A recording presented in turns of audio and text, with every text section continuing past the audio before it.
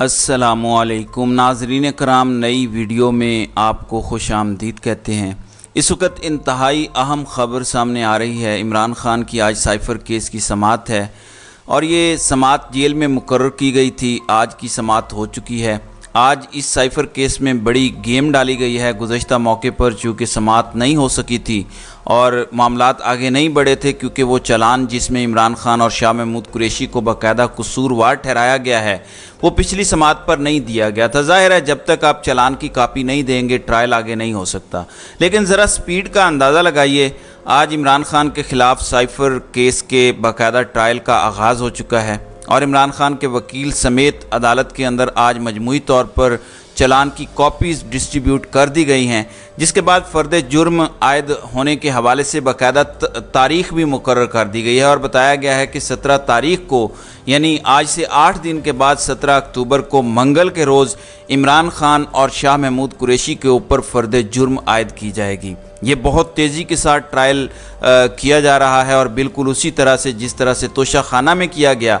अब 17 तारीख़ को अगर ये फ़र्द जुर्म आयद करने जा रहे हैं तो इसका मतलब बहुत वाज़ेह है कि नवाज़ शरीफ की वापसी से कबल आप इमरान ख़ान पर एक और फ़र्द जुर्म आयद करके महीने के अंदर अंदर इमरान ख़ान को साइफ़र केस में सज़ा देना चाहते हैं। ये अलग मामला है कि यह मामला ऊपर जाके हाई कोर्ट में या आला अदालतों के अंदर टिक नहीं सकेगा, लेकिन इससे पहले इमरान ख़ान को सज़ा दी जानी बहुत ज़रूरी है। उसकी वजह यह है कि जिस तरीके से तोशा खाना के अंदर हुआ और इमरान ख़ान ने तोशा खाना का फ़ैसला मुअत्तल करने की दरख्वास्त भी आज इस्लामाबाद हाई कोर्ट के अंदर चैलेंज कर रखी है और इस दरख्वास्त पर भी समाअत होनी है।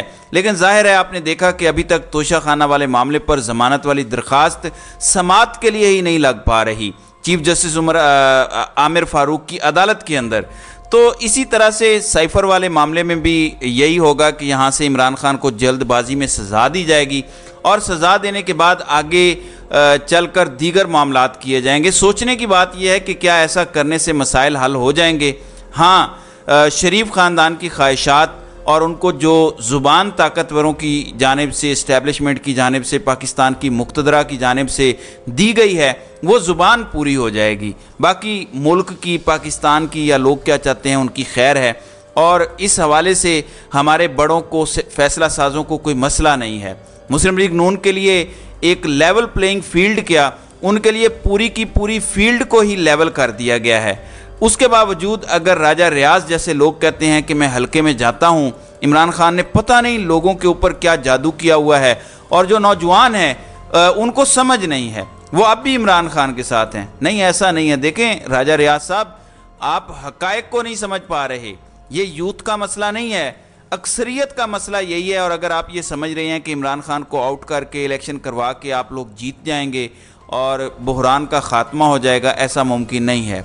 बहरान का ख़ात्मा इमरान ख़ान के पाकिस्तान के अंदर एक फ्री एंड फेयर इलेक्शन से ही हो सकता है, जिसमें लोग जिसको भी इलेक्ट करना चाहते हैं, बेशक पीपल्स पार्टी को लोग इलेक्ट करना चाहते हैं, नून लीग को करना चाहते हैं, तहरीक इंसाफ को करना चाहते हैं, इनको मौका मिलना चाहिए। नवाज शरीफ ये कहते रहे कि मेरी पहली और आखिरी तरजीह मईशत की बहाली है। मईशत तभी बहाल हो सकती है जब माशरे के अंदर सियासी तौर पर इस्तेकाम होता है और सियासी तौर पर इस्तेकाम तभी हो सकता है जब मुल्क की मकबूल तरीन क़यादत को आपकी ख्वाहिशात पर नाकआउट ना किया जाए और उनको मैदान से बाहर ना किया जाए। नाज़रीन इकराम, जहाँ तक मैदान से बाहर करने वाली बात है, ये अलग बात है कि मरियम नवाज़ फरमाती हैं नवाज़ शरीफ को हराने वाले कई आए और कई गए, उनकी वापसी के साथ मुल्क के अच्छे दिन भी गए। नहीं मरियम बीबी, आप गलत बयानी कर रही हैं, झूठ बोल रही हैं। नवाज़ शरीफ की वापसी और सारे मामलात का अंदाज़ा इस बात से लगाइए कि अगर आप एक्सटेंशन वाले मामले पर ख्वाजा आसिफ के बकौल आप जनरल बाजवा को वोट ना देते तो आपके लिए ये सब कुछ ना होता। आपकी औकात ये रह गई है कि जिस बयानिए को आपने शुरू किया वो आपने बेच दिया। अब आप जनरल फैज़ और जनरल बाजवा का नाम नहीं लेते, हालांकि आप चाहते थे उनका एहतसाब हो। अब ये तो एक मामला हो गया। दूसरी जानिब सुप्रीम कोर्ट में भी आज काजी फाइज़ ईसा ने 15 जजेस को बिठाया हुआ है, यानी पाकिस्तान के लोगों के हक़ के रायदही से ज़्यादा, इलेक्शन से ज़्यादा प्रैक्टिस एंड प्रोसीजर एक्ट ज़रूरी है, जिसके ऊपर पूरी सुप्रीम कोर्ट बैठती है। टीवी पर एक बाकायदा शो चलता है जिस तरह टॉक शो होता है। तो आज सदर supreme court bar Abid Zubairi दलाइल उन्होंने शुरू किए, तो उन्होंने जब ये कहा कि विद एटमोस्ट रिस्पेक्ट, तो काजी फ़ाइज़ ईसा ने कहा नहीं, आप एटमोस्ट रिस्पेक्ट को छोड़ें, आप दलाइल दें।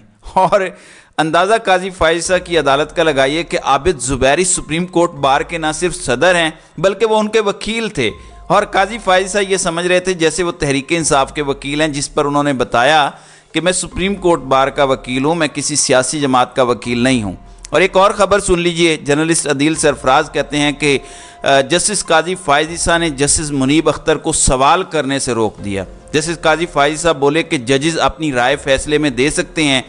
वकील साहब एक बात ज़हन नशीन कर लें, आज की समात आखिरी समात है, हम यहाँ वकला को सुनना चाहते हैं। बिल्कुल ठीक है, जस्टिस मुनीब शायद इस बेंच में कॉन्स्टिट्यूशन को लेके जो चंद जजेस हैं, चंद नहीं बल्कि एक दो जो जजेस हैं जो सबसे ज़्यादा वैलिड सवालात उठा रहे हैं, जो सबसे ज़्यादा कॉन्स्टिट्यूशन पर ग्रिप रखते हैं, उनमें से वो एक हैं। आप ज़रा अंदाज़ा लगाइए कि चीफ जस्टिस उमरताब बंदयाल की कोर्ट होती और जस्टिस काजी फ़ाइज़ ईसा को सवाल करने से रोक दिया जाता तो क्या रद्द अमल होता, घुंघरू तोड़ दिए जाते। लेकिन क्योंकि काजी साहब का मामला है और काजी भी उन लोगों का है जिन्होंने कानून और आइन को अपने पांव तले रौंदा है, तो कौन उनके खिलाफ कुछ बोल सकता है। लेकिन सवालात बड़े वाज़ेह हैं। जस्टिस एजाजुल एहसन ने कहा कि पार्लियामेंट रूल्स नहीं बना सकती, ना ही रूल्स बनाने के लिए कानून साजी कर सकती है। मौजूदा कानून के दायरा कार में रहकर रूल्स में रद्दोबदल करने के इख्तियारात सिर्फ सुप्रीम कोर्ट के पास हैं। लेकिन जस्टिस काजी फ़ाइज़ ईसा बोले कि आइन कहता है कि सुप्रीम कोर्ट